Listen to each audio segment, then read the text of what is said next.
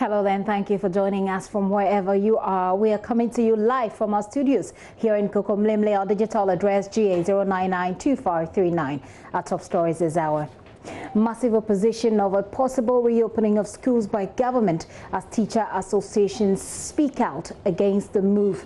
This afternoon we hear from 4 teacher unions, even as 2 more people die from coronavirus. In the Ashanti region, police deployed a team of investigators to Mansur Datano following gruesome killing of 3 people in an armed robbery case there.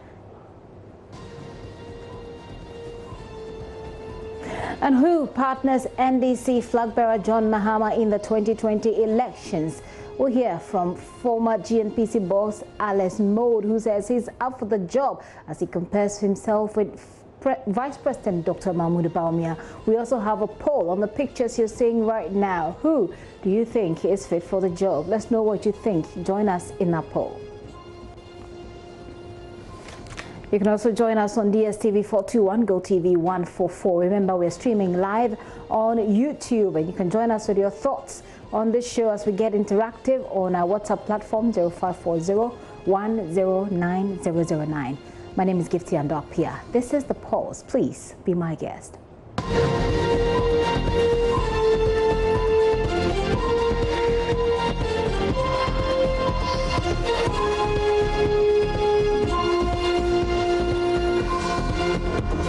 Let's start with coronavirus and what it's doing. Now, 2 more people have died of the disease here in Ghana, bringing the death toll to 31.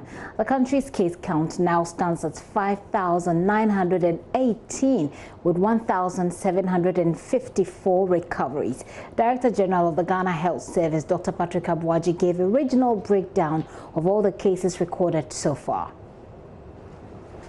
Since the last report, between the 16th and 17th May, the country has recorded 183 confirmed cases from 6 regions of the country, which means that 10 regions did not report any case during that period.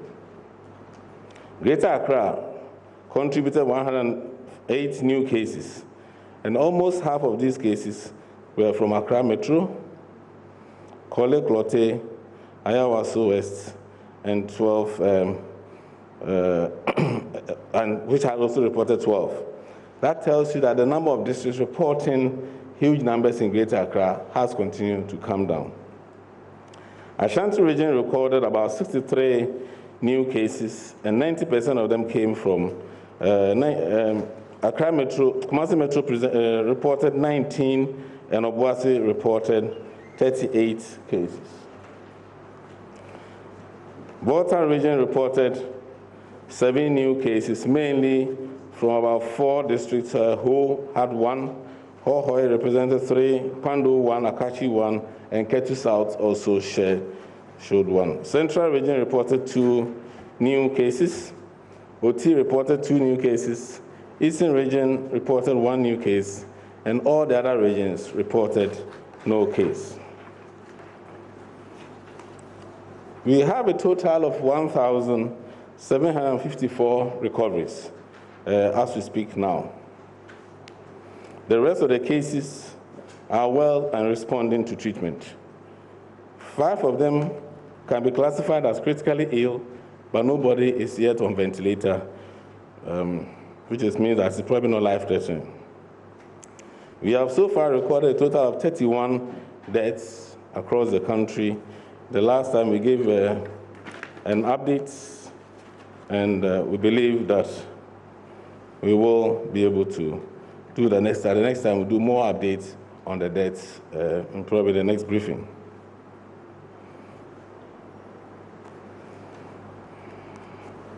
Yes, so the next slide is just a breakdown of exactly what I have said, which shows the maps, the number of cumulative positives across the country, and then a total of 183. So it shows you exactly where the cases have come from.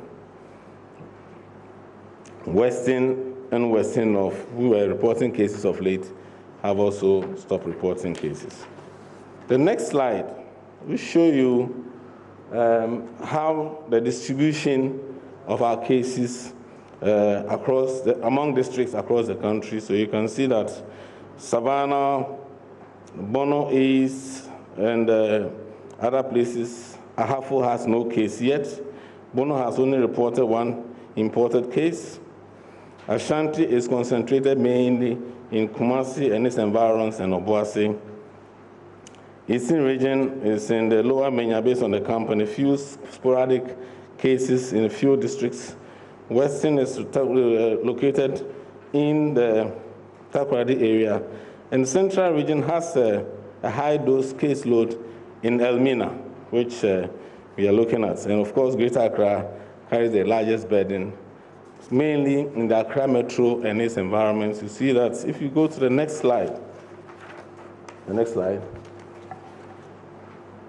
you can see for Greater Accra, I'm just concentrating on the two main regions that provide more the cases. Greater Accra, you can see that it's all Adan East, Adan West, Shai Oshidoku, Ningo Pram.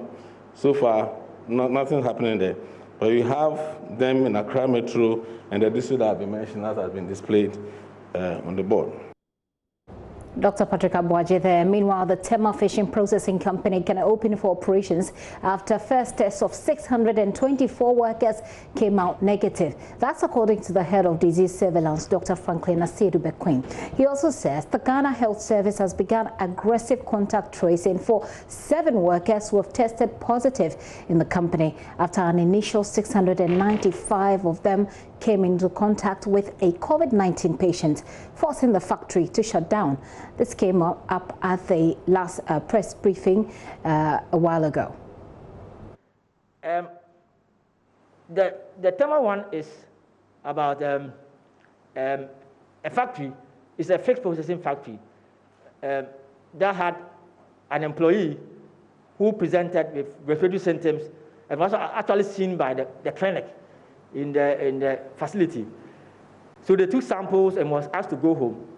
And then after about more than a week, the results came. So when the results came, they actually identified her contacts. And then at that time, they had 219 contacts. So there was initial tests that were done. And then to get a broader view of what is happening in the factory, that has a population of about 1,300. They tested everybody in the factory. So what came out was that initially it was 533, but finally it was 693 that tested positive, 695 that tested positive in the facility. So the rest were negative. So what was our approach to handling this? And the idea was immediately the factory was closed down. And then it was assessed to look at the gaps that exist in such a facility. And one thing which was very obvious that for such a facility, you could see that the employees were much more than the space. That was one obvious thing. The other thing was that the social or physical distancing was a challenge. Then they also have issue about, they have a canteen, and you can see that social distancing is also not being practiced in the canteen. So they have a table that 6 people sit on. So it tells you that there's so much closeness. They also have a bus that carries them around, and social distancing is also not practiced in that bus. Then they have what they call a turnstile. It's like before you enter the factory, you have to go through it. So it's an entity that can actually transmit infection among a group. So they also have a login system whereby you have to put your finger on. So those are all predisposing factors that can make you get the infection. So going forward, the idea is, how do we look at the situation in the factory? And then how do we manage the cases and the contacts? So let me say that as I speak today, for the 695 positive cases, the result that has come is that 624 are negative and only 7 are positive. So it tells you that 95% of the people who were positive are now negative. So now we are trying to move the 7 to our isolation center in Pentecost facility. But let me say that these are all asymptomatic persons. And what we are doing is that if you look at these 695 persons, they were scattered across Accra. So all of them don't live in Tema. So you have they living in Ashama, Lejokuku, and the rest. So what we've done is that we have reallocated them to their districts to identify the contacts and do the follow-up. So that's being done. But then we try to look at the factory. So what is being done at the factory? And we visited the factory to assess preventive measures put in place to avoid spread. And then what is very obvious is that hand washing facilities have been placed at the entrance of each section. So there's a conscious effort to ensure hand washing. Then they've tried to put floor markings. The idea is to ensure physical distance. So you can see where you are supposed to stand. So there's a factory. So they are telling you where to stand. You do not decide where to stand. They send their markings to ensure there's a physical presence, physical distance. Then all staff are wearing the face mask. Then hand sanitizers have been placed at all vantage points. Then the canteen that I said was a table that houses 6 people. Now they are housing 2. It will be recommended that it should be 3 because it can take 3. So they are ensuring physical distance now. And then they have created a holding room to handle a case of suspected COVID. So in that case, if you think that it could be a case, you usually move there before actions are taking place. Then they've also introduced a temperature check point at the entrance of the company. So in that perspective, we think that the factory is ready to start operations. So that's the company that had so many people being infected over there. Over 600 of them. We're told that most of them are asymptomatic, but they've also started testing negative. Well, the Obuasi municipality remains a hotspot for the Ashanti region as far as COVID-19 infections are concerned. The Ghana Health Service has also begun mass testing for high-risk groups such as drivers, traders, etc. in Obuasi. Let me say that Obuasi is one area that has a lot of population. So the population density is very high. It's one area that, though Anglo Gold Ashanti has a prominent hospital, but they don't have a treatment facility. So Obuasi does not have a treatment facility. Then you also see that, when we went there, though it was a casual survey, one thing which was obvious was that you do not see people wearing face masks. So it tells you clearly that there's a challenge about how they prevent disease in Obuasi. Then they also do not have a quarantine facility. So if you have a community that has such high numbers of persons who are infected, and there's no place for them to to hold, then it predisposes you to the high rate of infection that pertains to Obuasi.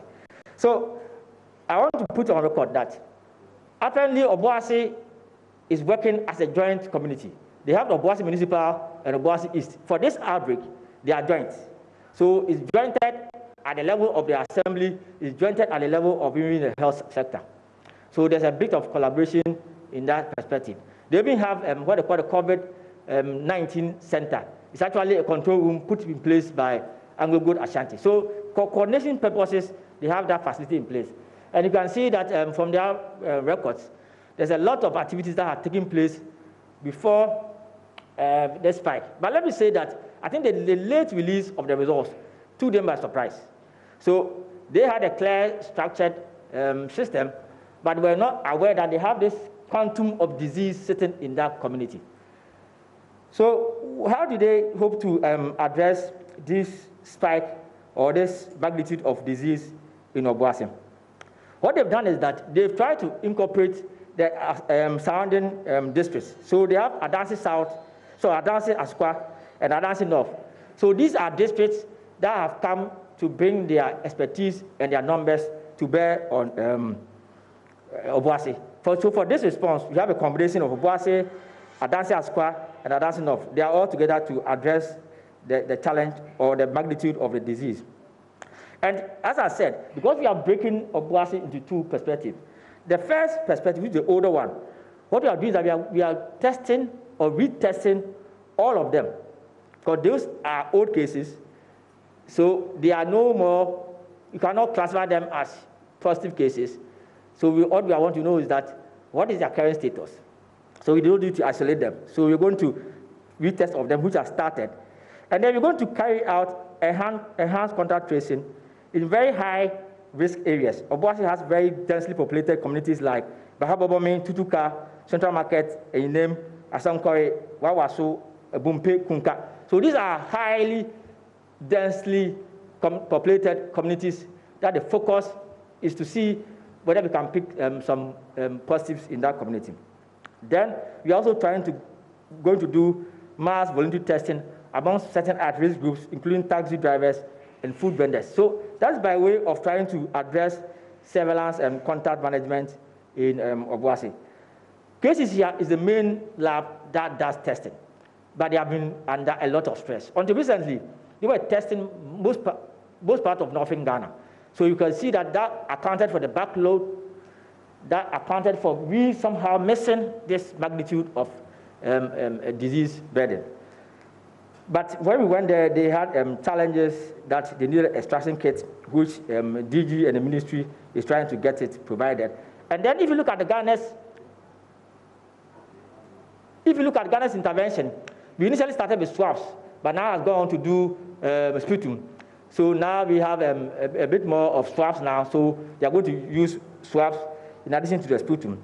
Then for case management, as I said, Obuasi has no treatment center, so the plan is to have a 100-room isolation center.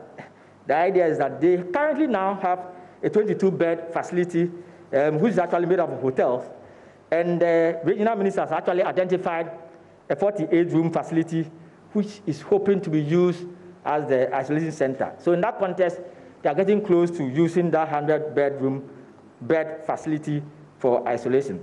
Then they want to get a treatment center. Currently now they have the Obuasi Government Hospital, and what they want to do is that they want to convert the male ward into a 14-bed treatment center. So that's why they hope to address the issue about treatment. And let me say that through DG and Minister, they have gotten a facility in Kumasi, actually Azaban Egiso, that is 100-bed facility actually from NAT, so that can handle isolation cases. Then we also have the region has also a facility in TUC that can also take care of the additional cases for isolation. So that tries to suffice isolation in Obuasi. And that's the plan for Obuasi, which has become an epicenter for the outbreak of coronavirus there in the Ashanti region. I'd love to hear from you. Send us your comments on 0540109009. I'm taking a break. When we return, we're still talking about coronavirus, but we're looking at its impact on education. People are already calling for schools to reopen. In fact, children are asking their parents, when are we going back to school? And we're told that domestic violence has also increased, also because the children are at home, has been part of the reasons. Well, what do you think? We sit here and we have a conversation with teacher unions who are speaking up against a possible reopening of schools. That's what we're talking about when I return from this break. Do stay with us.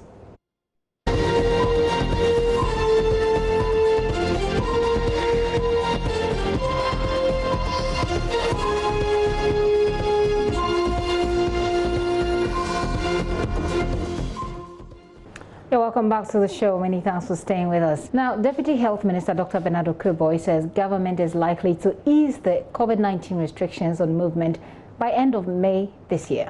According to him, guidelines are being developed for a possible return to a semblance of normalcy after months of restrictions were instituted to contain the spread of the virus. He was speaking on Joy Prime's TV morning show, Prime Morning. But we've had one of the lowest, because like I said, most of our people are well. Countries that have ensured strict lockdown are honestly being overwhelmed, their health system. Okay. And so they had a reason to lock people down so they can have time to control the situation. And there's a third one, which allows you to ease restrictions, which is the viral activity. What is the spread? Okay. What is the rate at which you are adding new cases? I think when you look at other countries, it's been way significant than ours. Okay. Dr. Bernard Okoboy, I still didn't get a definite answer on whether or not we can head towards easing restrictions in the future. But you know what? I think simple. We are heading towards that. It's not in how many weeks? No. I mean, when you talk about schools, I think the next update in terms of review will be the end of this month. And I'll not be surprised that at the end of this month, we would have prepared guidelines for places like the churches, for the schools, for social gatherings, the things that must be in place for them to happen. That I'm sure we are working on. I'm sure there will be a lot of excited people watching us, hearing that. But do you know, talking in the studio now is a form of easing of restrictions. You're coming here. We are, like you said, we are wearing nose masks. But in countries where it's absolute, you didn't have all. I even have to be at home. Broadcasting from home. Yes. You have the points there. Dr. Bernard Okoboy, thank you so much. Dr. Okoboy there speaking to my colleague Daniel Dazi on Joy Prime. Now, this afternoon, there is a massive opposition to government plans to reopen schools as part of measures to ease the coronavirus restrictions. Now, 4 teacher unions, the Ghana National Association of Teachers, NAT, the National Association of Graduate Teachers, NAGRAT, Teachers and Educational Workers Union, TEU, and the Coalition of Concerned Teachers, Ghana, CCT. They've issued a joint statement and they say, quote, "We cannot expose our teachers and students to the COVID-19 pandemic with its attendant sorrows and gnashing of teeth." Well, they're not alone. Civil society organizations have also kicked against plans by government to reopen schools. We have a representative from civil society here to help us understand the concerns. First, though, we'll also be joined by the teacher unions via Zoom. I have Kofi Asare, who is Executive Director of the Africa Education Watch. Mr. Asare, you're welcome. Thank you. Also joining us, like I said, via Zoom will be Patrick Kekeri Enchi. He is the convener for the Teachers and Trainees Advocacy. Dr. Harry Agbano is a former UTAC president. They will all be joining us via Zoom. Hi, gentlemen. Thank you for your time this afternoon. Thank you. All right, so we'll start the conversation. Let me start with you, Mr. Asare. What do you make of, I mean, I don't know what's going on within the circles, but from what Dr. Okoboy says, clearly there are plans to ease the restrictions, and that includes going to school. In fact, we've even heard that people are being consulted, which is how come this information is out there. What do you know? Well, what I know is that worldwide countries are gradually easing restrictions, and countries are gradually opening schools.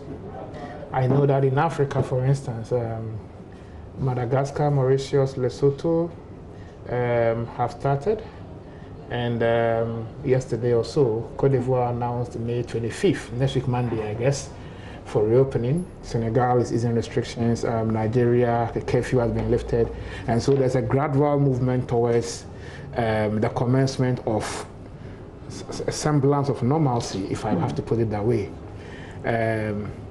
And in Ghana, obviously, we've seen gradual easing of restrictions in Ghana too. We are all expecting the president to come and address the nation end of May on the next level of relaxation of restrictions or otherwise, depending on the situation on the ground. And so there's a general aura of, trying to ease restrictions blowing across the world. But this has not been without challenges, we must admit. So I'm not sure if you have answered the question about what you know. In Ghana. You told us what you know about what's happening elsewhere. What I'm asking when I say what you know is what you know as far as government so-called plans to reopen schools. I know there's an effort. I know there is a plan by the GNS and the Ministry of Education. I know plans are far advanced, let me put it that way. And so when I saw the letter to the teacher unions, I asked myself, haven't they been part of the process all this while? Which letter? A letter from the GNS to the teacher unions. Okay. That letter occasioned the response from the teacher unions. And that letter was virtually asking them that, should in case the president announced the opening of schools, we may need to submit a plan, so bring your inputs. Okay. Meanwhile, in the grapevine, we know that, that the thing is already done. And when you say the thing is already done, what do you mean? There's a plan. So you see, the context is that this whole attitude of most public institutions, where decisions are taken, and then they are compelled to pretend to consult. Okay. It's what is actually happening more or less between the GNS and then the JoyNews, you understand? And so we know that, yes. Well, that's why we issued our statement this morning that it is important for us to learn from the lessons of countries that have gone through this in the past, especially countries in the third world. UNESCO's release on the reopening of schools, our advice to governments indicated, and I am also aware that experience has shown that in countries that have recuperated from such pandemics, the decision to open school, whether to open school or not, was one, and how to open school. These decisions should be taken from the bottom up. Community leaders, school management committees and PTAs must play a key role in the decision as to whether schools should reopen and how they should reopen. Because at the end of the day, if the school is opened by an administrative fiat or a policy directive from the top, and parents, because they do not consent to the processes, decide not to take their children to school, who will be held responsible? No one can go and beat any student up, any parent up, or lock them up for not taking their child to school. So to answer my question, you've indicated that first of all, there's been a letter from the Ghana Education Service to the teacher unions, and that's essentially asking them to sort of a certain plan. To input into a plan. Yeah. To input into a certain plan that's meant to reopen schools gradually. And the teachers do not seem to agree to that. You also say that you know that the plan has, from the grapevine, that the plan has already been put together. Essentially, they just wanted to hear from the teachers. Let me go on Zoom and bring our guest there into this conversation. Patrick Kakarianchi, like I said, is a convener of the Teachers and Trainees Advocacy. Dr. Harry Agbanu is also a former UTAC president. Doc, I'm going to start with you. Dr. Agbanu, what have you also heard, and what do you make of it? Thank you very much, my sister, and good afternoon to your listeners.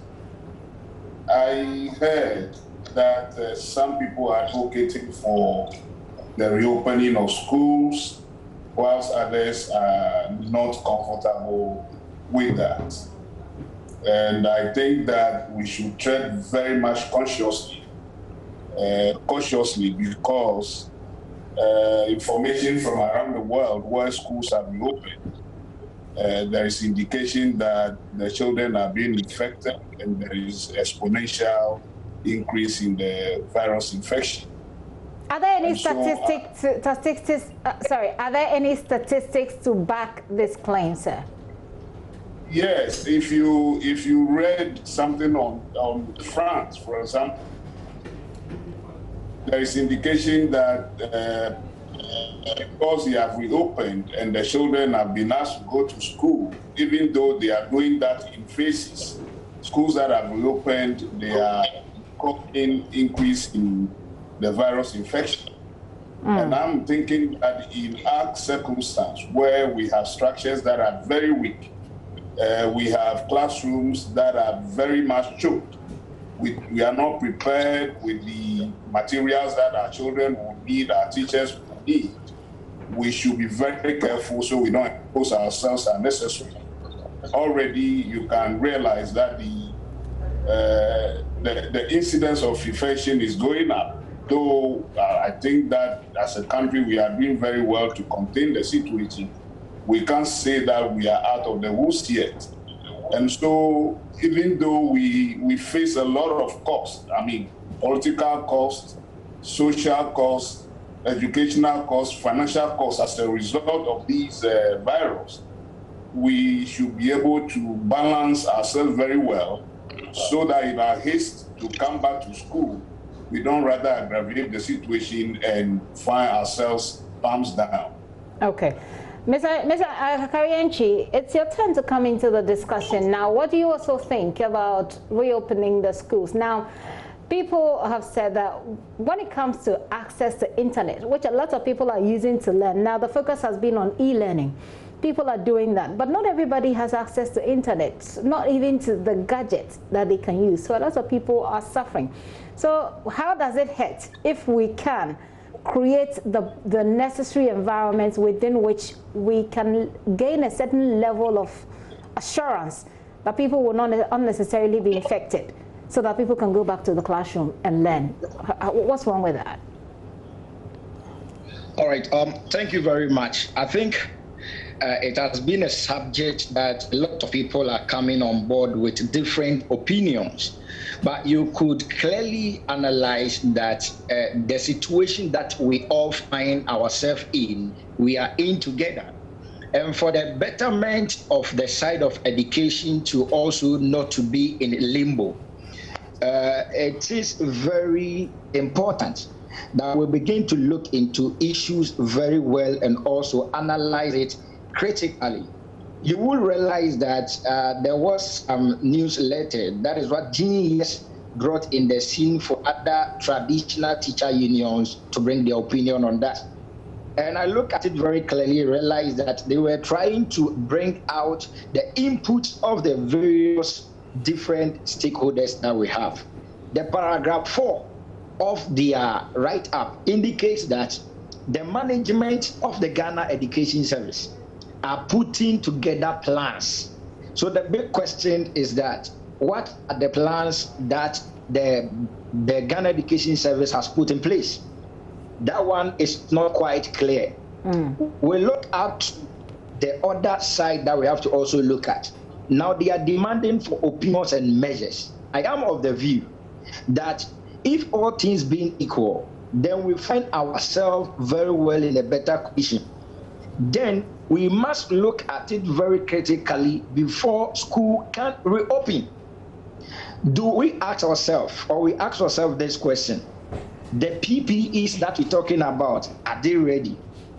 You see that the president did 9/10. He took an advice from the medical expert. So if now the education sector or Ghana Education Service has a plan that we need to reopen school, or they are trying to put measures in place, have we consulted the medical experts and also taken information about their visibility checks for us to go to school? That is one thing we should also consider. We also have another point. When you look at the Labor Law Act, that is, I think, 2003, you realize that the employer needs to create risk-free for the employee. So in this case, if we are to even go to school now, are we prepared to have a risk-free in such an environment? Our visibility text, as far as advocacy is concerned, tells us that a lot of the classroom are also having a higher number of students. We are promoting and advocating that social distancing should also be part of our precautionary measures.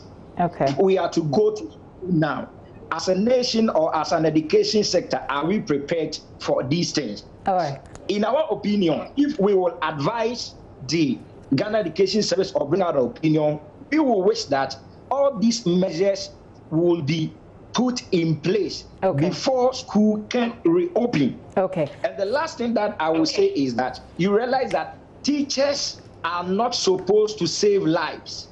Teachers are supposed to mold lives.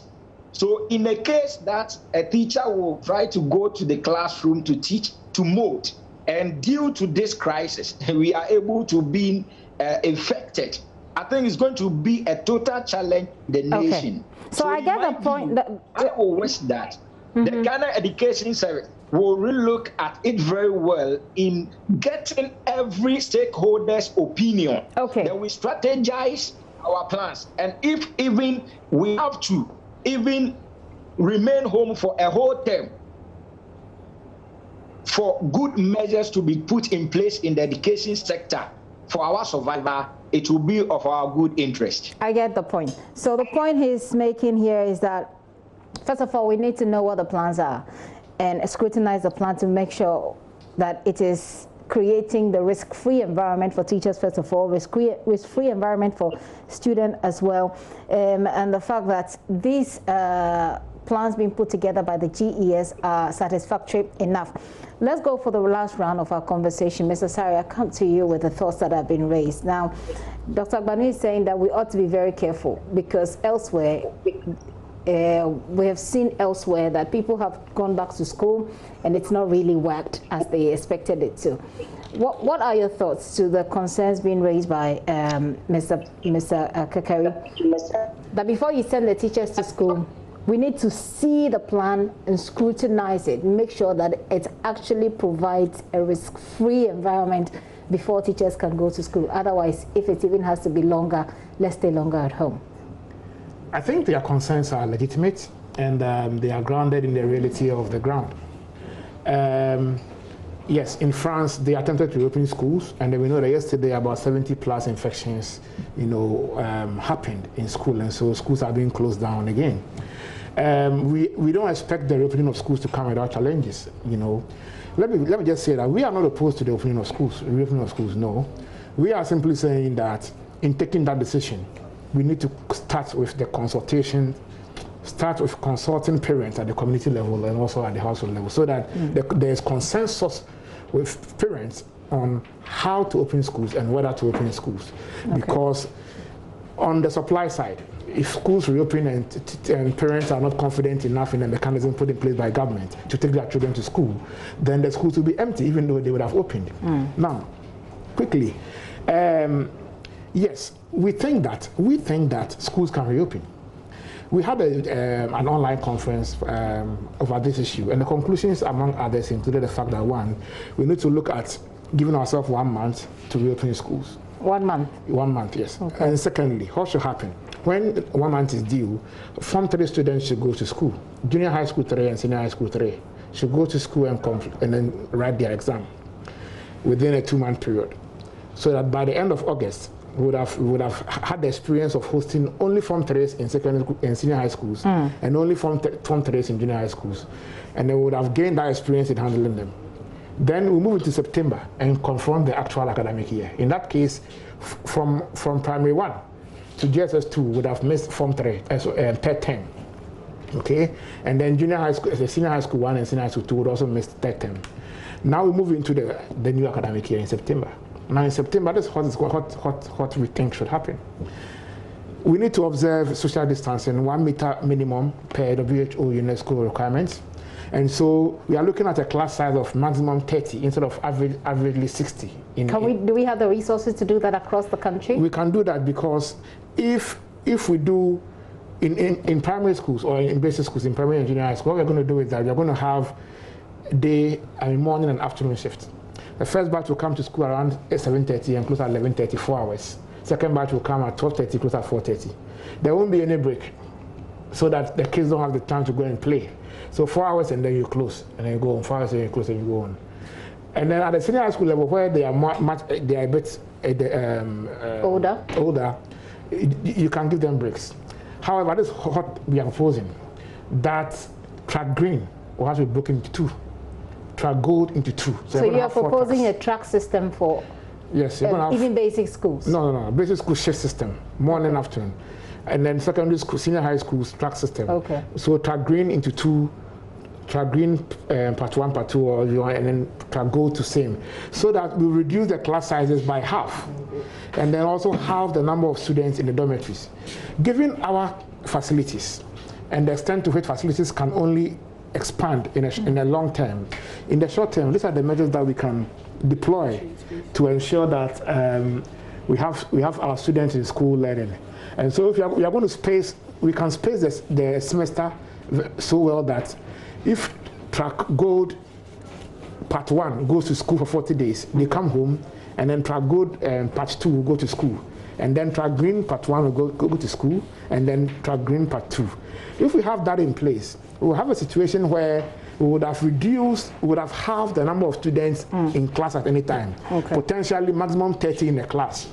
And then we can reasonably expect to have the 1 meter spacing in the classroom, and then also to have a significantly reduced number of students in the dormitories, whilst putting in place the precautionary measures, i.e.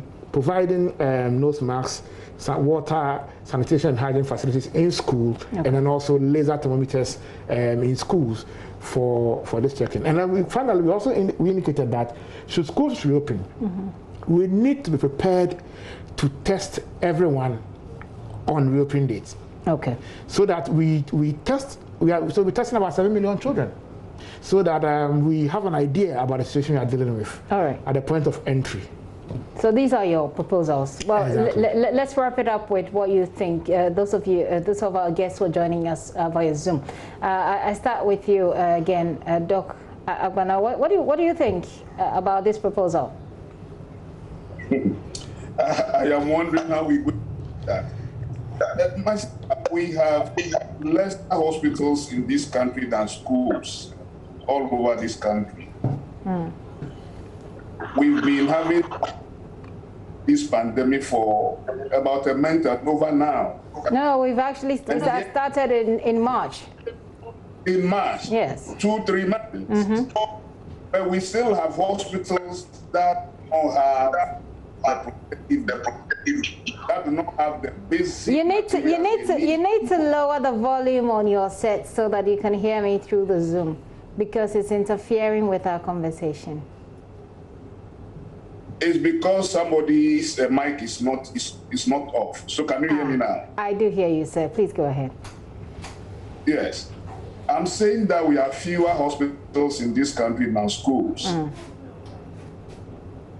3 months or so on with this pandemic, we still have hospitals that cannot have supplies.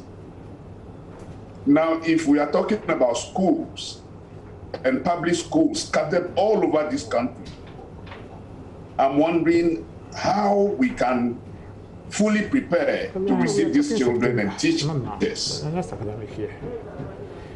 Number two, with what number of teachers? The same teachers running shifts, some coming in for 4 hours, going with another set of teachers, or the same teachers working all day long. And at what cost? Okay. So I think that there is no harm in thinking through the problem and beginning to do consultations as the way forward. Okay. But I think that to begin to make such proposals doesn't seem to me as if we fully appreciate the enormity of the problem on hand. Okay. Yes, I am sorry. I'm not sure the proposals they are feasible. But let's first begin with consultation. Let's think through what we can do. And then through the consultation, we can come to a certain agreement of what we could do. But if you have already come to the table with preconceived ideas, all right, and all we want to do is for people to approve of it and go with it so that we go and try, test the ground. So it has to start from the consultations. Irrespective of the proposals that are available, it still has to go through the process of consultation, is the point you're making. There must be a bottom-up approach. All right. Not top-down approach. Okay, let me bring in Patrick for your final words. You have already made your, you took quite some time to list what your concerns are. So let me just take your final words as we wrap up this conversation.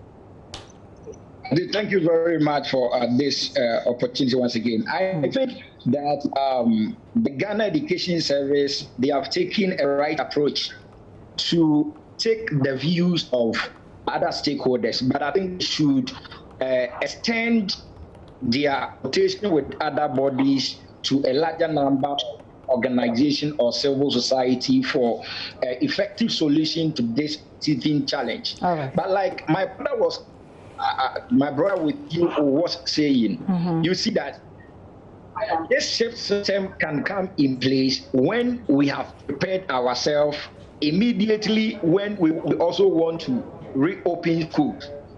You see, we have some people who are still at home. They are not teachers. They are unemployed. They offer the education that they still need to be employed. We can create these instances for such people to come in as we deploy the strategy of the shift system. All right. Having said that, I feel that this pandemic is very serious, and the education sector contains a larger number of people that should, in case we should even decide vis-a-vis the president say we should go back, these measures must be of a very good interest, that we need to prepare ourselves very for it. Okay. Finally, I would say that the Education Service should rather again try and bring out their plans so that other educational stakeholders can also bring up their view. I believe if we should hold on for now and try to bring out all these measures, even for a term, like I said, there was a time, a revolution, a whole university was closed down for a year. We can revise education system. Yeah. Patrick, thank you very much for your thoughts. Patrick Akarientry is a convener of Teachers and Trainees Advocacy. You also had Dr. Harry Agbanu, who is a former UTAC president. His position is that you need to have a consultation process. Now, I've been talking to Executive Director of the Africa Education Watch, Kofi Asara, whose position is that they have put together a proposal for a shift system and a track system. Whilst we put, sorry? From September. Oh, from September, yeah. Whilst we put in the measures right now and prepare towards September. Yeah. That's their proposal. Yeah. Well, the 4 teacher unions are not enthused. They don't want to go back to school at the moment because they're not sure of what the plans are. Patrick is saying that let's bring the plans out and let's all have a discussion on it. That's what Dr. Agbanu is also saying. We need to have a consultation on that. Well, we call it a day. It looks to me like this is a conversation that we'll have a bit more as we flesh out what exactly can be done. Should we even go back to school now? Or should we just start planning, like he says, and aim at a later date? We'll still keep on with that conversation. But thank you so much for coming, Mr. Sari. Thank you. And thank you for those of you who joined us. In fact, I do have some messages here. Let's see if I can take 1 or 2 of them because we already have pressed with time. But we need to get you involved as well in this conversation, right? And this one says the information, it's a long one, the information the non-teacher unions have given to GES will not help solve the problem at hand. In the first place, they unanimously agreed to further closure of schools because they are on government payroll. If they stay home till the end of the year, they'll still enjoy their pay and allowances. Did they consider the plight of thousands of teachers in the private sector? So you are coming from a private sector's perspective. You think that it is the longer students stay at home, it's beneficiary to teachers in the public sector, but not to the private sector. But we're looking at health here, remember. You say that they claim the children are going to school is dangerous. I want them to visit the communities daytime when the parents have gone to work. The children cluster to play the whole day. If these children are in school, their protection will be far better. It's a matter of coming out with ideas that will solve the problem, not to create more fear and panic. Interesting views you have there. Kwabena Che sent that from Ashoma. Let me add this final one, looking for someone who sent a message much earlier on before we progress all the way up until this time. Says you should allow final year students to go and write and automatically promote the rest into September, because the virus is still out there. Because to be honest, I will not allow my children to go to school until everything is settled. So some people are ready to go to school, some people are not. It looks like it's really a mixed reaction there. We'll see how it goes. I'll take a quick break. When I return, I'll take you to the Jubilee House, where today President Akufo-Addo spoke about the stimulus package and how, well, he essentially launched it. My colleague Elton Bobe has been there. He'll tell us what this package is going to do, how is it going to be distributed. We'll get the details when we return from this break. Stay with us.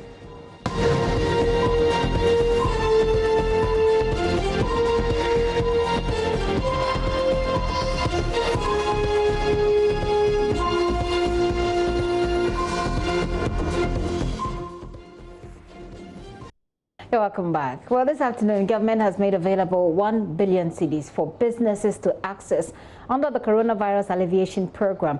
With a 1-year moratorium, a 2-year repayment plan, businesses with over a minimum of 99 employees employees are eligible for that funding. The finance minister last month got approval of Parliament to make the soft loans available to businesses to address the devastating effects of the coronavirus pandemic on the country's economy. At the Jubilee House this morning, President Akufo-Addo launched the Adom and Enidaso loan scheme to be managed by the National Board for Small-Scale Industries. Well, Elton Broby was at the Jubilee House. Elton joins me with more details. Elton, what more should we know? Right, so Gifty, the background to this is the fact that government recognizes the effect the virus is having on the economy. Indeed, the finance minister made it clear that they have had to revise the projected growth of the economy from 6.8% this year to 1.5%. Even if you look at globally, the global economy is expected to record a negative growth. Yeah. Now, looking forward at the fact that there may be some adjustment at the end of this month as far as Ghana's response to the coronavirus is concerned. Businesses have been hardest hit by this issue, and that's the reason why they put together this particular funding. Now, the amount involved is 1 billion Ghana cedis. Divided into two, 600 million Ghana cedis and 400 million Ghana cedis. Okay. Now, for the first category, these are individuals who belong to trade associations, and they have a minimum of 99 employees and above. Okay. If you fall within this category, you are eligible for funding. You have to now apply to the NBSS, that's the National Board for Small-Scale Industries. A board will sit and look at your application. If you satisfy all the requirements that is needed, then you'll be eligible for funding. They will reach out to you, they'll make the money available for you. And they're going to have a 1-year moratorium. You're going to pay back within 2 and 3 years this particular money. The interest is just 5%, according to the president. And I thought it was interest-free, actually. Well, you have according to them, the 1-year moratorium is to enable you to put your house in order. You will start paying back within 2 and 3 years. Right. And the interest on this money is 5%. And this is part of the $1 billion government got from the IMF and the World Bank to, to cushion the economy. President Akufo-Addo made it clear that government is looking at supporting business because it recognizes the fact that more people may lose their jobs, savings may be gone, and it may affect livelihoods as well. So this is the background behind today's launch. Okay, well, we can hear from the president today. Selected participating banks will provide negotiated counterpart funding to the tune of 400 million cedis, making in all 1 billion cedis for disbursement under this business support scheme. It is anticipated that the entire scheme will attract some 180 beneficiaries across the country.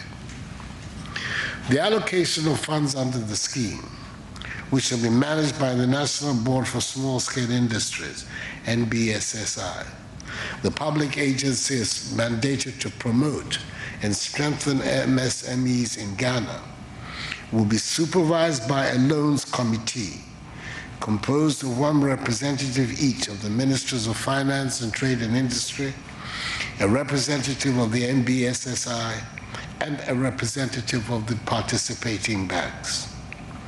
The well-known audit firm KPMG will act as technical advisors to the scheme. Disbursement of the funds will be effected through the participating banks. Transparency and accountability will be the hallmarks of the operation of the scheme.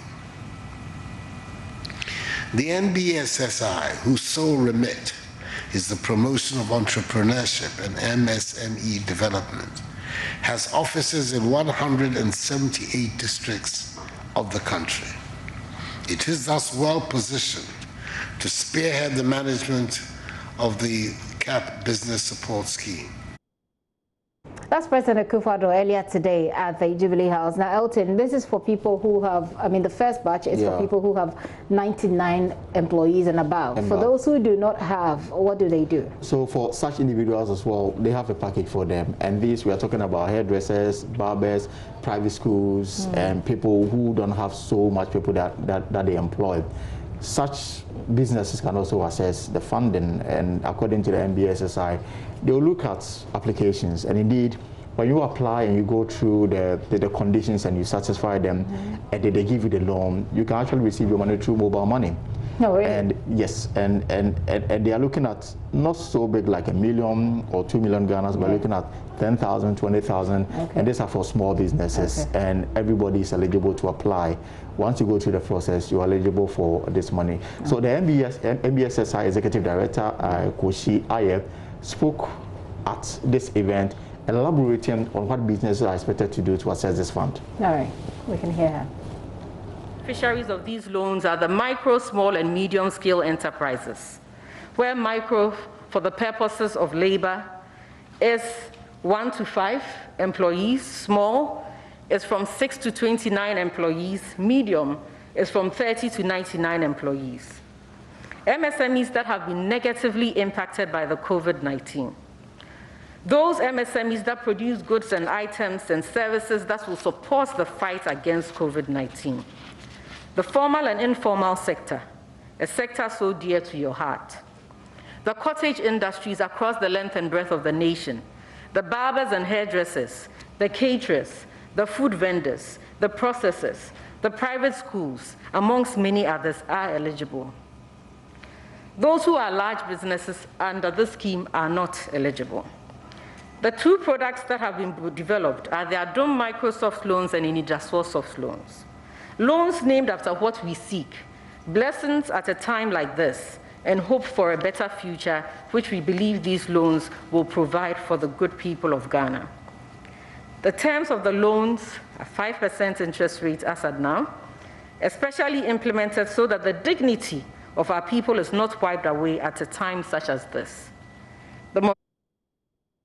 So if you are a business person, a business owner, you have less than 99 employees, small scale, how do you access this fund? Where do you start from, Elton? Well, so according to the MBSSI, they have set up a website solely for this. Now, if you go to their website, you'll be able to see the application form. You have to fill and then submit. Once you submit, they'll reach out to you, call you for an interview. If they are satisfied that you are indeed in need of funding to revive your business, the money will be made available to you. I think we should start looking for the website right now. Of course. Okay, well, Finance Minister Kenneth Oyata himself was there as well. What did he have to say? So remember that last year when he presented the budget to Parliament, he projected to receive revenue in excess of 50 billion Ghana cedis. Now with this COVID-19, that is out of the way.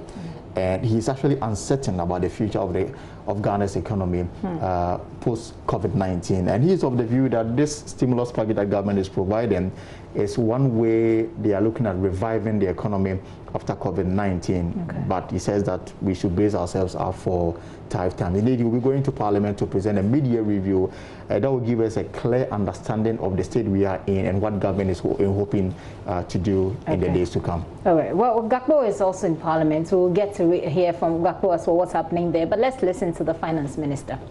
Precious, the government has secured an IMF facility of $1 billion and $100 million from the World Bank for the COVID-19 preparedness plan, while an additional $350 million is being worked on with the World Bank for direct budgetary support in 2020. We are also reprogramming various facilities with our development partners, and the EU has successfully reprogrammed 91 million euros to support us in our fight against the virus.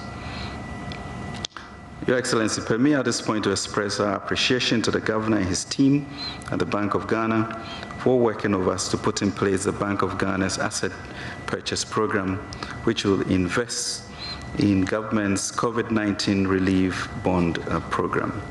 The program will see the central bank support the government with some 10 billion cedis to help close the financing gap and ensure that the economy does not enter into a prolonged recession. The assistance comes at a time when financing conditions have also worsened as investor sentiments, especially for emerging market debt, have declined. However, with the intervention from the central bank, we have now been placed in a better position to win this fight.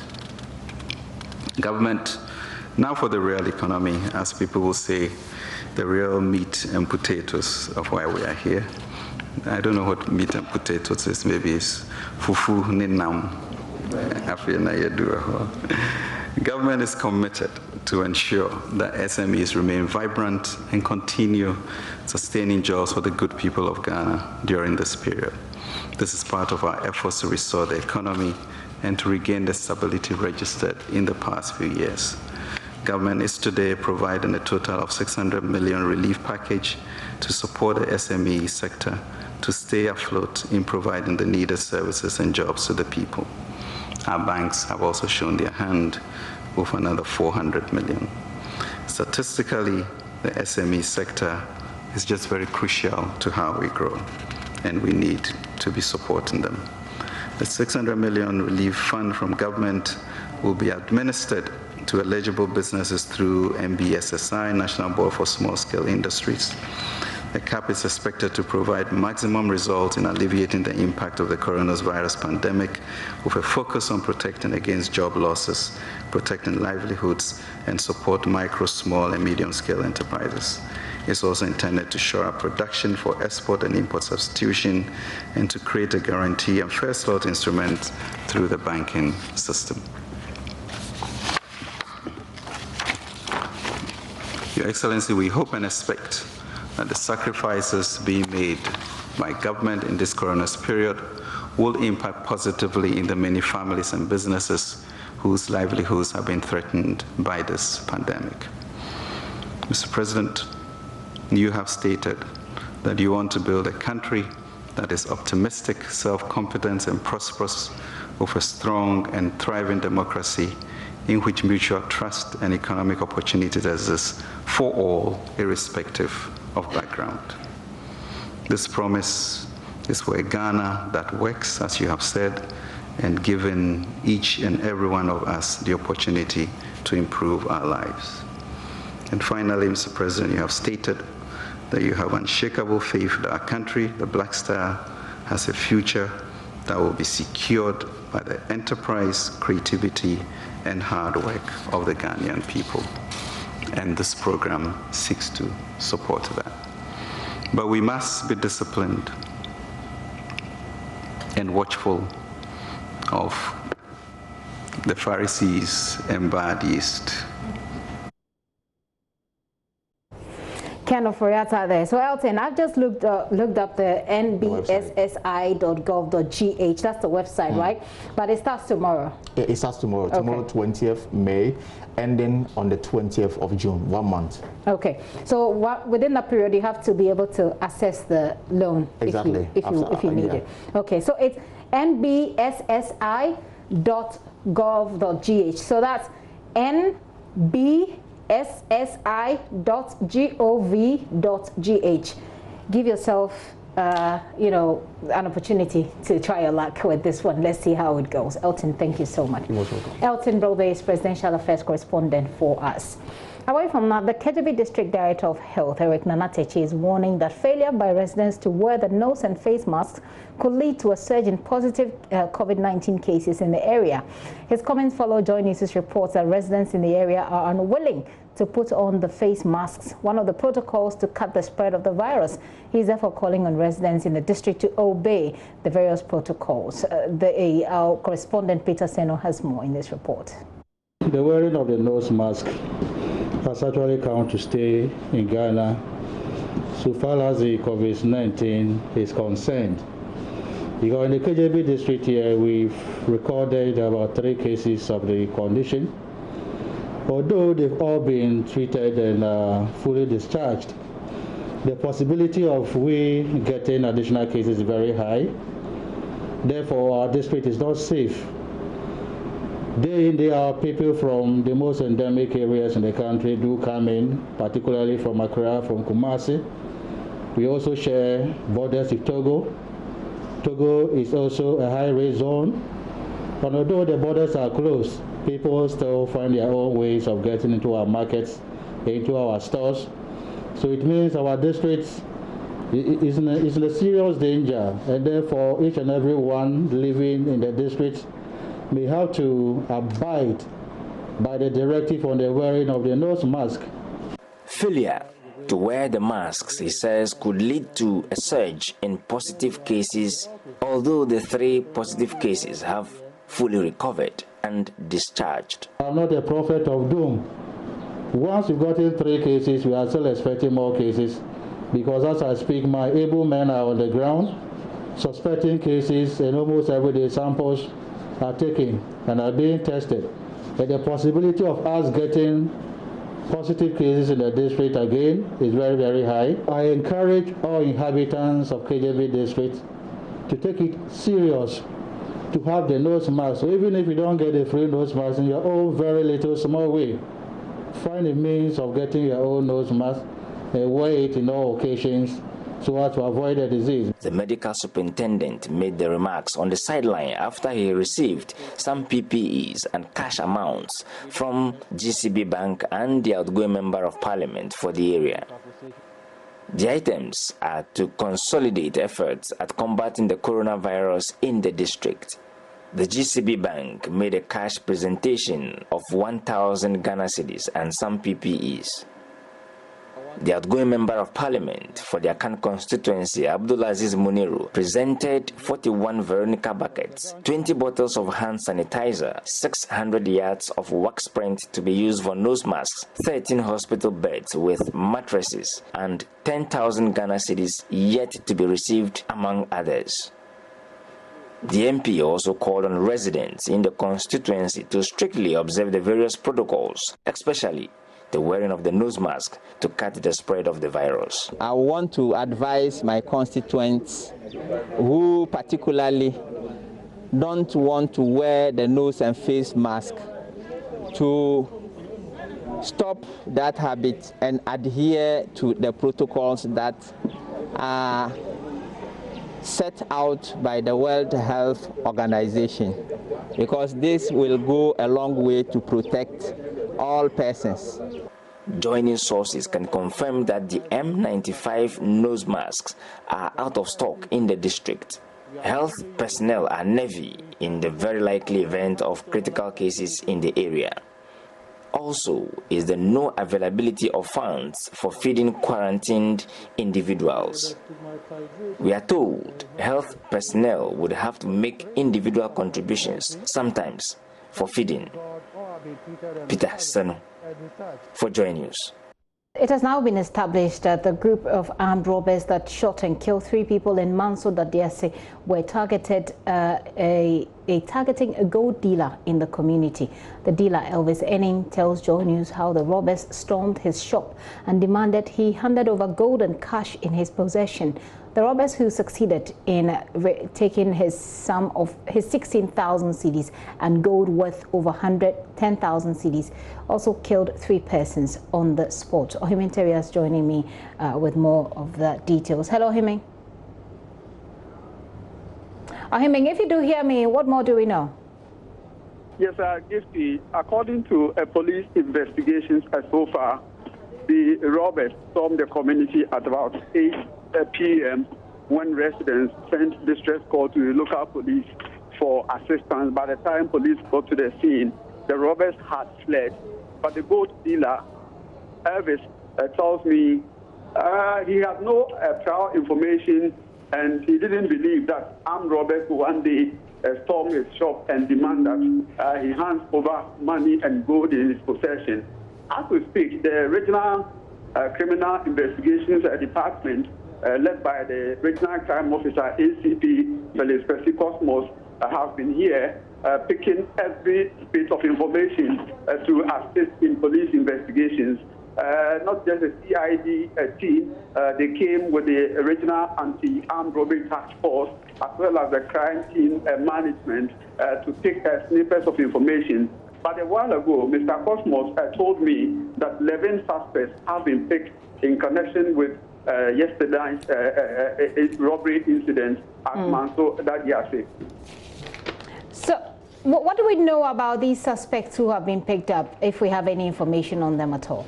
Yes, when I probed further as to how quick police could be on this arrest, he said that yesterday, after the incident, they triggered their informants and have a discussion with informants to also be on the lookout for these people. So based on intelligence that they picked, the work that they did with the informants in the area, and that is how come they managed to pick the 11 people. And he says they are going to screen the 11 people, and everybody, all those who are connected to the Manso Dadiase robbery incidents will be brought to book. He also been speaking about how the DCE's driver was shot.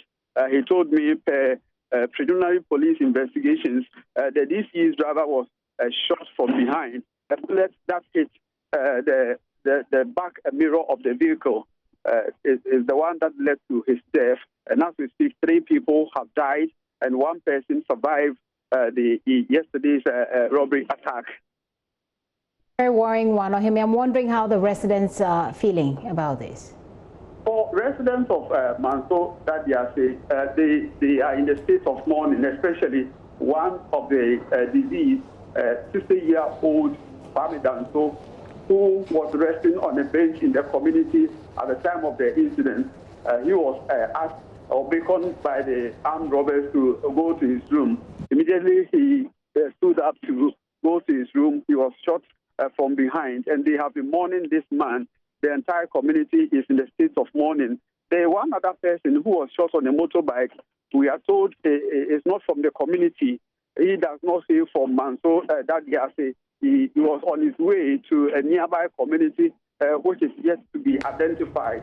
So they have been mourning, and they said that had it not been the bad road network that leads to the community, they are sure police team that they called would have got him to the crime scene earlier on time to also, face it out with the armed robbers. So they are blaming yesterday's incident on the bad road network that connects Manso, Dadiase to Manso, Edusia, and its environment. Well, Ohime, thank you very much. We await the further details as and when they develop on the story. Ohime Teria is over our security desk, bringing us up to speed on that gruesome killing of 3 people in that armed robbery. Let's go to Parliament, and let me just also let you know that we're hoping to get through to the CID, the Criminal Investigative Department, to follow up on a story that's emerging from there. But away from that, let's make a stop at Parliament, and then we'll be back. Well, Parliament is starting tomorrow COVID-19 screening for all MPs as well as their spouses. The exercise is to curb the spread of the virus among members of the legislature. 10 MPs and 5 members of staff have gone into mandatory quarantine before the House went on recess after arriving in the country from trips abroad before the borders were shut. Delivering his opening remarks for the second meeting of this session, the Speaker assured every necessary step will be taken to protect members of Parliament. Joseph Opoku-Gakpo is in Parliament for us. He's our Parliamentary Affairs correspondent. Joseph, first of all, congratulations. Let's start with Parliament. We'll talk about the award later. So, how will this COVID-19 testing be done tomorrow? And so, per a notice that was subsequently read by First Deputy Speaker of Parliament, Jose Usu, there's a place in Parliament that we call the foyer, which is just outside the main chamber where you usually see us conduct interviews with members of Parliament from. So the indication is that for the members of Parliament themselves, they would have to show up on the foyer at 9 o'clock in the morning, and there will be medical staff here to take samples and all from them so that then the testing could be done. And then for the staff, so the testing is both for the members of Parliament and also staff here in Parliament. For the staff, the directive from Jose is that they should show up at the clinic here in Parliament in order for their samples to be taken for the testing to be done. And this is something that Professor Michael Kui, the Speaker himself, has spoken about earlier and indicated that this is something that they are doing in order to get to understand the status of MPs as part of the measures to protect them from COVID-19. Well, Joseph, we know that there are other things developing in Parliament. For example, Second Deputy Speaker Alban Bagwin is asking government to put on TV evidence of people who have died from COVID-19. Tell us a bit about that too. The Health Minister, Kuku Ajiman, was in Parliament to give details on what government has been doing in order to contain COVID-19. And then there were contributions to that statement. And in the course of that contribution, Communications Minister Eslo Usu emphasized that there's a situation where there are people who don't actually believe that the disease is actually true and that it exists. And she thought it's a very unfortunate thing. And she cited an example that people have never seen God, but people believe God exists. And she doesn't understand why people don't believe COVID-19 exists. And in the course of that conversation, Alban Bagwin made a point that when you look at the Ghanaian society, people want to see things before they believe. And so he's been calling for a bumping up in the kind of education that is being done when it comes to COVID-19. And he made a number of suggestions, including suggesting that when it comes to evidence of death resulting from COVID-19, that is something that, as part of the efforts to educate the public about the disease, that should be put out for people to see. And in the course of the contribution on that, he made the point that there needs to be what he describes as a shock therapy, so Ghanaians better appreciate that the disease is real. He says in places like the Bono Hafo and all, discussions and conversations that he's monitored indicates that there are people who even think that COVID-19 is a disease that only affects the rich, and that people who go out of the country are the people who bring it back. So he wants to see that kind of situation as part of the necessary education. He didn't give the details in terms of how death resulting from COVID-19 can be put on TV as evidence.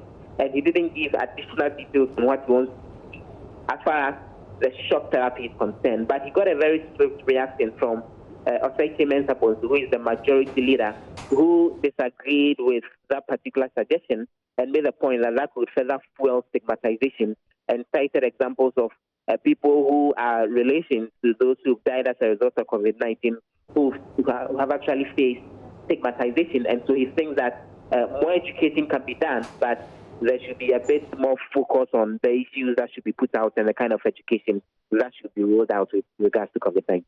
Well, Joseph, let's get on to an exciting part of my conversation with you today. You've won the International Award for Leadership in Agricultural Journalism. Once again, congratulations. Tell us a bit more about this award.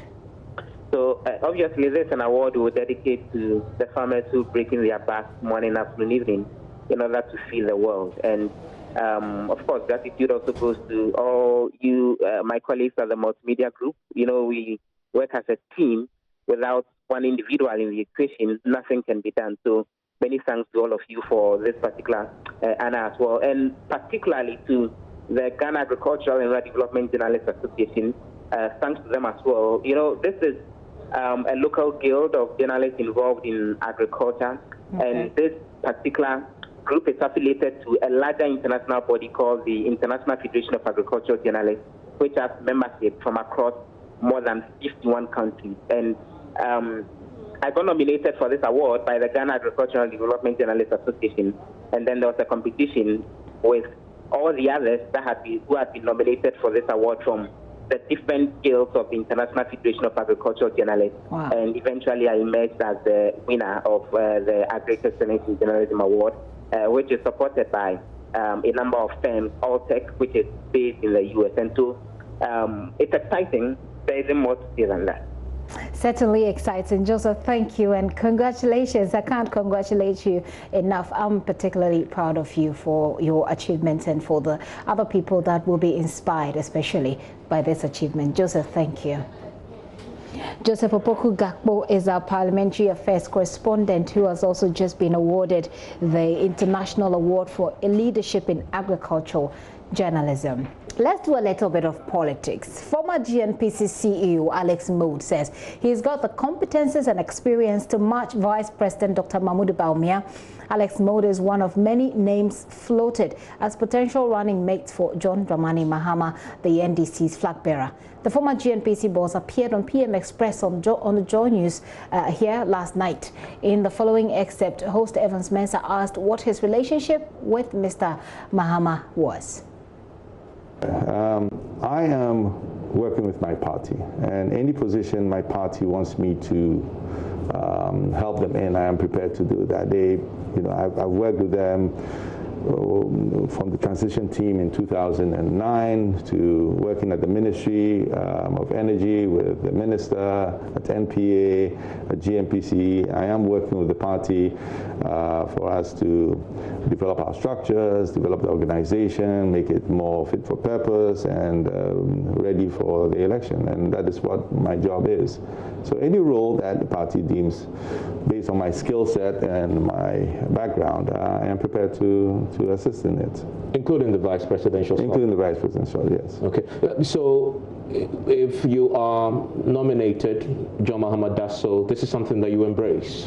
Well, I think there's a process that goes. The flag bearer has to work with the functional executive of the party in consultation with the elders, come up with the criteria and choose it. And yes, if they call me and nominate me, and I pass the criteria, I definitely will accept. You think you pass? Are you a match for Dr. Bawumia? Am I a match? Yes. In what way? Are we competing? Yes. If you want to become the vice president, if your party wins and selects you, you're going to clearly in that position. He's your match if you get a nod. Yeah, but I mean, his job in terms of his skill set, what skill and set? his expertise, it's an economist par excellence, I may say.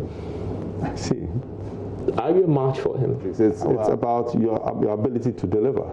Yeah. So it's not only on politics, it's your ability to deliver. And if you're talking about the economy, of course I can deliver on the economy. If you're talking about energy, I can deliver on energy. If you're talking about any area, whether it's trade, whether it's industry, whether it's infrastructure, because I have worked in these areas before. This is not, something, this is not, would I be able to do it? I have a pedigree that shares exactly what I have done in the past.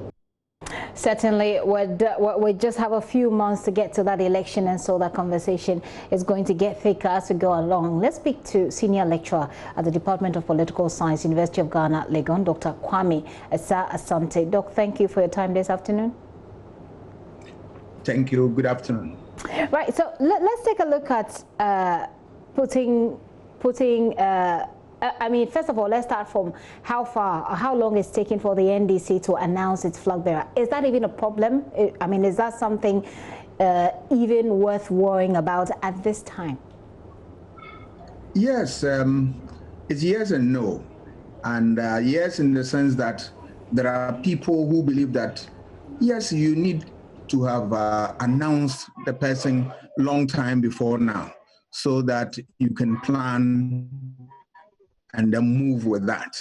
There are people who also believe that, yes, you can hold on to that process and then get to know a few details that you need in order to announce it. But whatever be the case, at the end of the day, Ghanaians want to see the running mate of Mr. John Mahama. So that is the issue. And at this time, you have someone like Mr. Alex Mode. How do you think, in your opinion, how do you think he compares to someone like Vice President Dr. Mahmoud Bawumia? Because if he is chosen, that's if Mr. Mode is chosen to partner Mr. Mahama in this election, he certainly will be competing with him. Yes, Mr. Mode has a very good CV. He has worked as a public official, and he has excelled throughout the areas that he has worked. We need such people because at this point, when you are selecting people to become running mates, you need experience. You need somebody who will bring something onto the table. You need somebody who will be able to rub shoulders with whoever is the running mate with your major opponent. So that is an important thing that you need to have. And of course, Mr. Mode has all this. Apart from this, you need somebody who has a constituency. When I say constituency, has a large following that he's going to bring to the table because you need the numbers. And remember, when we're talking about presidential election, parliamentary election, Ghana is practicing the first past the post system where one vote really makes a decision. So you need somebody with a certain constituency to be able to bring on board a whole number of people to support the program. Not only that, but you need somebody that is easy to market. What do I mean by that? You need somebody with very little or no baggage. Once you have somebody with this quality, you'll be able to market that person very well, and the person will be able to garner the votes that you need. If you tend to have somebody who has a lot of baggage, I'm afraid the opponent will depend on it, build messages around, and undermine the candidature of that individual. Apart from that, you also need somebody that, in case, touch wood, the flag bearer, we lose him on as part of the process. The person who can step into his shoes and then perform the work. do the work for us and be able to deliver the public good. So you don't just bring any person on board, but you need somebody who has the political wherewithal, the person who has the experience and all to be able to do the work and then do it satisfactorily. We're in May at the moment. We have just a couple of months to the 2020 election, but we have a big social problem on our hand, coronavirus. From where you sit, how do you envisage this pandemic will tell on the upcoming elections? I'm not an expert in health, but I hope and pray that we'll be able to get over this issue in no time, so that we'll be able to run the programs that we need. You know, elections are run in 3 phases. We have the pre-election phase, the during election phase, and post-election phase. You need all these things, there are activities that go on in each of the phases so that you'll be able to look at issues and address them well before you go to the pool, and then you choose your leaders. But the way things are going, it's difficult to tell, but it's my hope and prayer that we'll be able to find solution to this pandemic so that we'll be able to do what we need to do before we get to the finish line. We need to register people. If we are going for a new voter register, we need to register. If we are going to use the old one, we need to make do with what we have. And there are a few things that the EC has to also do in order to streamline the process to prepare the country for the elections. And all these things will depend on how soon we'll be able to get out of this quagmire that we find ourselves. And hopefully we do very quickly, not just for the election, but for all of us. So we run a poll on social media. I'd like for you to, I'll go through the poll and then I take your thoughts about it. This poll has to do with who partners and Mr. Mahama, what people think about the people whose names have been floating around for some time now. So the question we put out there is, who would you prefer as NDC running mate? So far, let me see if I can see how many people have voted. Okay, I'll get that. But then the people we have there are Alex Mode, Johnson Asiedu Nketia, Kwabena Dufo, and then Professor Kwesi Boche. So far, 636 people have voted. Of course, we still have some time left, about 19 hours left. But these are the polls, the results so far. Miss Alex Mode, we have about 19% of people choosing him. Johnson Asiedu Nketia, about 35.5% of people choosing him. Kwabena Dufo, 21.1%. Professor Kwesi Boche, 24.4%. Doc, what do you think? It's an interesting statistics you are showing to me. If you look at the statistics carefully, you realize that Asiedu Nketia is on top. I have no doubt in my mind that he has all that it takes to be able to do the job and do it well. But I also believe that people like Professor Kwesi Boche, Dr. Dufo are equally competent materials that will be able to handle this. That is not to say that Mr. Mo will not be able to do the work. He will be. And of course, I was also surprised to see the low rating for Mr. Mo, because you want to look at the pairing. If you are taking John Mahama, you need to balance it with somebody. If you get somebody who's younger, it's fine. If you get somebody who's a bit older, it's also fine. I think all of them are good materials, but you realize that some of them have certain qualities that really make them stand out. Take, for instance, Mr. Asiedu Nketia. He was an MP, a minister of state, and he's been a party man, so to speak, and now he occupies the position of General Secretary. This is a man who's very experienced, and you need such people in the system. He knows it all. Asiedu Nketia, you cannot you cannot underestimate his capability. He's a man who is very experienced. He has a large following. In other words, he has big constituency that can really also help in the agenda. And he's somebody who also flows with the rank and file of the party. Remember, NDC has the cadres, and they have other strong, mass groups within the party. Asiedu Nketia is somebody who also appeals to all those groups. Let's look at Mr. Botwe. Mr. Botwe is Professor Botwe is another experienced man. Remember, he's been one of the longest finance ministers of this country, and he served this country very well. Mr. Botwe is also very affable, and Mr. Botwe also flows with the old people who believe that the time has come for them to be able to balance the political ticket with such experienced hand. Okay.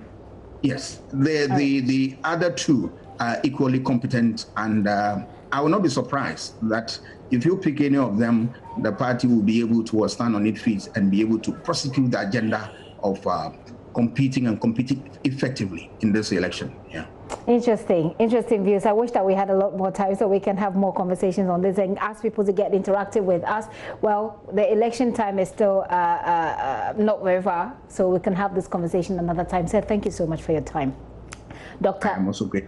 Right. Thank you. Dr. Kwame Sante is a senior lecturer at University of Ghana, Department of Political Science there, bringing us up to speed. Well, Bono East region, which is currently one of 3 regions with no confirmed cases of COVID-19, is embarking on enhanced testing of groups at higher risk of being infected with the virus. This, according to the regional health director, is to ensure that the region remains COVID-19 free. There's more in this report by Anna Sabit.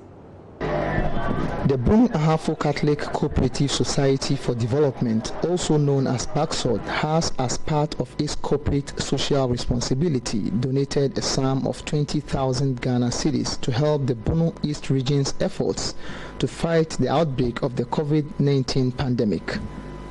Presenting the sum in check to the regional health management team, General Manager of BACSOD, Madame Alice Kupo, indicated that the move is to complement government's efforts in ensuring that the region wins the COVID-19 battle. Concerning COVID-19 that we are talking about, we've seen it as one of our areas, one of our objectives, so that if it is a sickness which is actually destroying the lives of people, affecting government coffers, people are unable to work, then it is a concern for us to see what we can also do to support the government. So at the end of the day, we think that there is the need for us to contribute something small to complement what the government is doing, so that the government can actually reach out to a number of people with regards to testing and even getting some PPEs to support the whole process. The region, which is one of 3 yet to record a case in the country, is embarking on enhanced testing of groups who are at higher risk of being infected with the virus.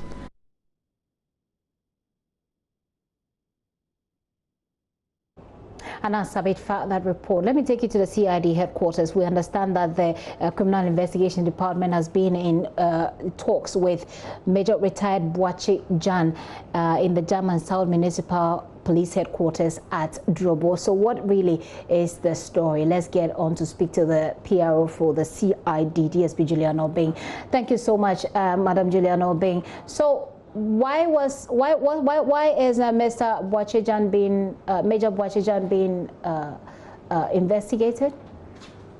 So good afternoon to you, Gifty. Good afternoon to your listeners. I think sometime last week, Major Boachejan retired was invited by the CID, and his invitation comes on the back that he had made some comments on one of the stations, local stations here in Accra, specifically on OKFM, on the Abiakendia morning show. And he had made comments that authorities at CID sees it as a breach to the criminal code, particularly to section 207. And so for that reason, he was arrested today at Breakham, and his statement has been taken. He has been cautioned on offensive conduct conducive to the breaches of the peace. Again, section 207 of the Criminal Offences Act. Meanwhile, he has been granted bail and he will be arraigned before court. If I understand you, the charge against him is offensive conduct? Please come again. If I just want to be clear, what is the charge against him? Okay, so offensive conduct conducive to the breaches of the peace, section 207 of the Criminal Offences Act. Right. So at the moment you said that he's on bail, which means that yes, he's not in your custody. So yes, he's no longer in your custody. When is he due for court? Well, that information will come at a later date, but for now what I am told is that he's been granted bail and he will be arraigned before court. We also understand that he says he's not very well. He has health issues as well. How is that being taken into consideration in all of these? Well, I think that health issues should be dealt with by medical officers, and so I wouldn't want to get into that. But officially what we want to discuss, what we want to put across is the fact that his statement has been taken, he's been cautioned, and as we speak, he has been granted bail, but will be arraigned before court. Do you, perchance, have the specific words that he spoke on the said radio station that's landed him in this trouble? Please come again. Well, do you perchance have the specific words he used or exactly what he said that's landed him in this trouble? Well, I do not have the permission to speak exactly on that, reason being that investigations are still ongoing. Okay. All right. Thank you so much, for your time. I'm sure that we'll get more information as we go along. DSP Julian Obeng speaks for the CID. Well, unfortunately, that's what time will allow us. Let's see if we can take quick messages here before we call it a wrap and do Let's Talk Showbiz. All right, so this message says it's talking about our conversation on the NDC flag bearership, the running mate's position, that the NDC needs not just a good and qualified personality, but an excellent candidate that can take over the party's success after Mr. Mahama. So after John Mahama. So this one is crucial succession plan for the NDC. Log on to myjoyonline.com for more news and information. My name is Gifty Andropia. It's a pleasure having you.